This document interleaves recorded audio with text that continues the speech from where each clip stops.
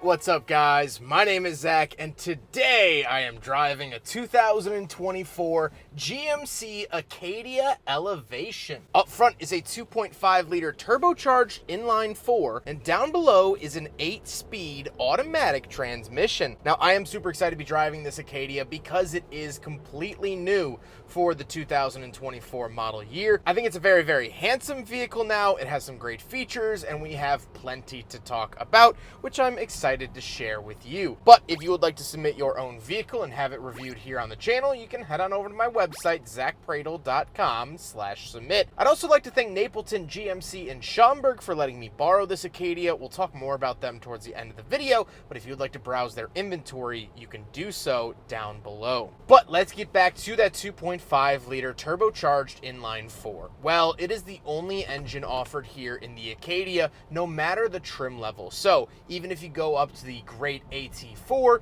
you're still going to get the 2.5 turbo. I personally like this engine, and I think that GM should utilize this engine more specifically in the new Equinox. I think it's really underpowered with its 1.5 turbo. This 2.5 turbo is pretty good, and I just trust it to haul around this big vehicle a little bit more than the other smaller engines that they offer. So it's nice to see that the 2.5 is across the board. Like I said, paired to it is an 8-speed automatic transmission. Nothing too crazy there. Again, that is the only option here in the Acadia, which I personally like to see. Last but not least, this Acadia is front-wheel drive. However, as soon as you start climbing the trim ladder, will become all-wheel drive. So all-wheel drive is going to be the more standard option. However, down here at the Elevation, which is the most affordable trim, comes with front-wheel drive or an optional all-wheel drive. So you can get an Elevation with all-wheel drive if that's something that you want. How does it feel to drive the Acadia? Well, it's big. It's bigger than I thought it was going to be. I don't know why the Acadia in my mind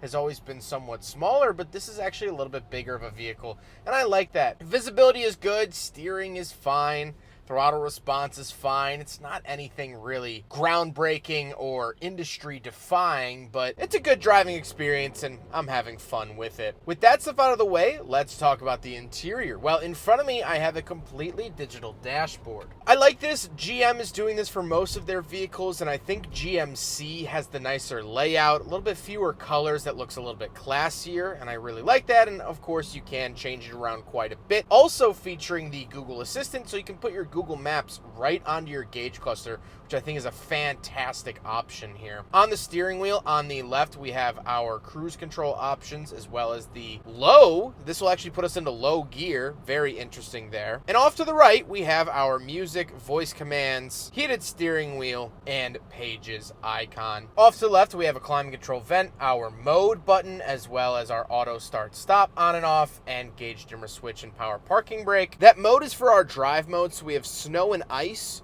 normal, and sport, which are fantastic to see. And then moving on to the door, we have lock and unlock, power mirrors, and power windows. Moving into the center, we do get a speaker up at the top. Kind of has this interesting pattern on it. But then we have our giant infotainment screen. Now this does have the Google Assistant. It comes with Apple CarPlay and Android Auto, which is nice to see. We have our camera button we could take a look at. So this does have a 360 camera and several different camera views that you can utilize. Very, very cool to see that. But otherwise, nothing too crazy or interesting here in the Acadia. One thing I do dislike, however, is that in order to run the headlights, you have to control them through the center screen. They are set to auto, so you don't have to do it every single time, but if you want to change it, you have to go through the screen, which is a little bit annoying, and GM is doing this with almost all their vehicles. So, unfortunately, you'll have to get used to it. Down below, we do have some physical buttons for the climate controls, although most of the climate controls are ran through the screen, and they still rely mostly on the screen, which I don't love, but it's also not the end of the world. Then we have a wireless charger and a little cubby, and the cup holders. So we'll do a big friggin' bottle test, and unfortunately it doesn't sit down far enough where the bottle won't tip over while driving.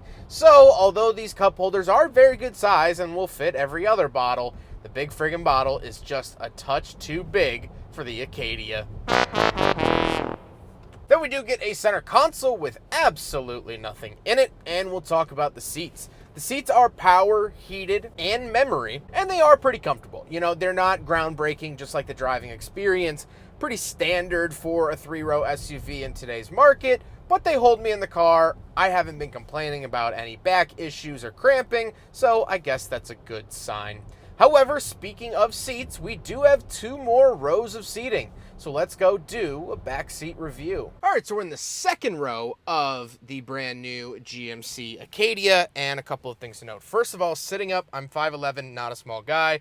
Knees are not hitting the seat in front of me. Head is not hitting the ceiling, which is lovely. I do have these vents in the ceiling that I can direct as well, which are blowing very cold. We're gonna adjust that real quick here. But I have my own vents in the ceiling. I do get an aisle here, which is nice to see. These seats do fold up, as you're seeing next to me, or I guess probably not seeing on the camera. And we do get some storage down below, but however, it's not nearly as big as the outgoing GMC Acadia storage bin that was in the back seat. Here's the outgoing GMC Acadia's center console. I thought that was neat. So that is gone here for the 2024, but that is okay. We do have lights here that are LED. A lot of car makers skip out and don't do LEDs these days, which I think makes the car look really cheap, so I'm happy to see that the Acadia hasn't done that. Let's now hop into the third row and see how it is back there. Now, with the seat in its current position, I am a little squished, but it's not as bad as you would think. I have cup holders on either side. I have USB-C chargers on either side, and this is a very livable back seat. As an adult, I could ride back here. Probably not for too long. I'll probably cramp up a little bit, but I fit back here, which can't be said about all 3-row vehicles. So very, very nice to see that. If you have kids, they're going to fit back here really, really nicely. And I think that this is a really good option as opposed to a Yukon, just because if you don't tow, if you don't need a full frame vehicle, don't get it. This is good enough. Now, that is going to sacrifice a little bit of cargo space behind, and we'll talk about that in a second, but I do think that probably 90% of Yukon buyers could buy this and be as comfortable and happy with it as a Yukon, but you want the big Yukon, you want the big towing and big V8 and things like that. I think that there are plenty of other options there, and the Acadia is a good one. Let's hop in the very back. We'll take a quick look at the cargo space, and then we'll talk about the looks with this beautiful color. All right, around the back of the new Acadia, we do have a button here on the key fob. Press it twice, and it does have a power-operated tailgate. Once we are back here, a couple of things to note. First thing right off the bat that I noticed, we do get a 12-volt outlet, which is great to see. We do have spots for privacy cover. This particular one doesn't have it, but for the third row, push it down like that, you pull the string out and then push forward. A little bit hard to do one-handed, but then I can grab it again, pull it up like that, and there we go. We do get some storage down here as well. Very nice to see that. And overall, we do have nice cargo space even behind the third row when the third row is up. So very, very nice to see that.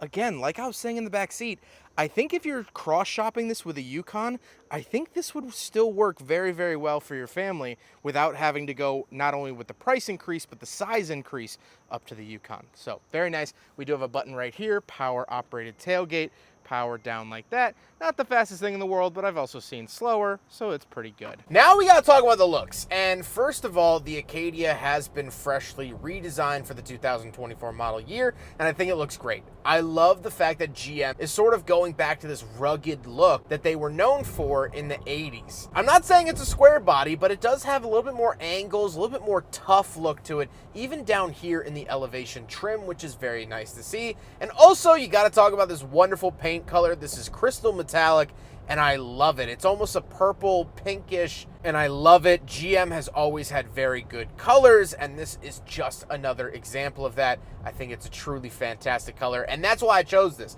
I had the option to do an AT4 as well, but that was just white. That was boring. This actually had a fun and interesting color, and I wanted to show that to you. However, with all of that being said, let's get on to my final thoughts. What do I think driving the new Acadia?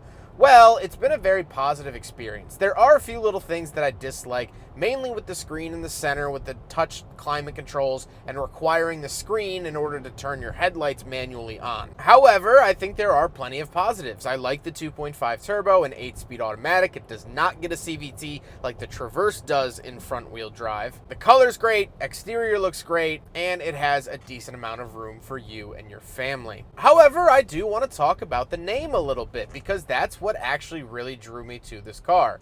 The Acadia. Acadia National Park up in Maine, it's in Bar Harbor, Maine, is my favorite place on earth. I love Bar Harbor. I love Acadia National Park. I love Maine as a state. I went last fall. I've been several times in my life, and it's always, always, always the best weekend of my life. Acadia is just so naturally beautiful. And the town is quaint. It's a little fishing town that has grown. It's walkable, great food, great people. Get yourself a lobster roll. It's fantastic. So the reason I bring that up is because obviously this shares a name with it, and I think the names of vehicles can sometimes evoke an emotion. When I drive this car, when I get in this car, and when I'm editing this video later on, probably today, I'm reminded of my past travels and how much I love the state of Maine, Bar Harbor, and Acadia National Park. Now, you might not feel that way. You might have no connection to Acadia, and you might see this as a boring 3-row SUV from GM, and that's fine. My point is, cars are a very personal thing. My experience with a particular vehicle is going to be different than your experience with a particular vehicle, and that's okay. I'm sure there will be plenty of people that will see this video and see the price tag and go, no,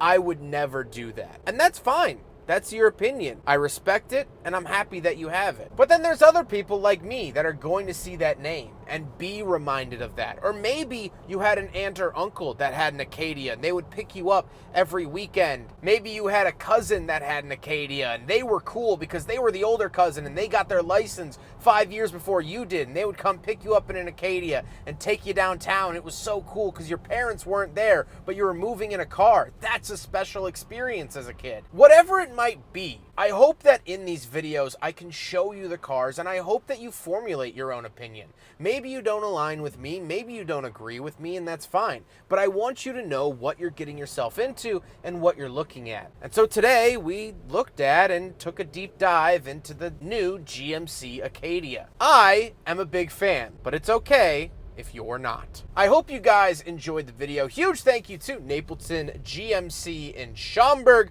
for letting me borrow their new Acadia. I was so excited to get behind the wheel. Napleton GMC Schaumburg is absolutely wonderful to work with. They have great customer service. We've been working together for quite some time. Always smiles whenever I come in and visit and review cars, so I appreciate them very much. You can find their information and inventory down in the description below. But I hope you guys enjoyed the video. Don't forget to rate the video, comment on the video, and subscribe if you really liked it.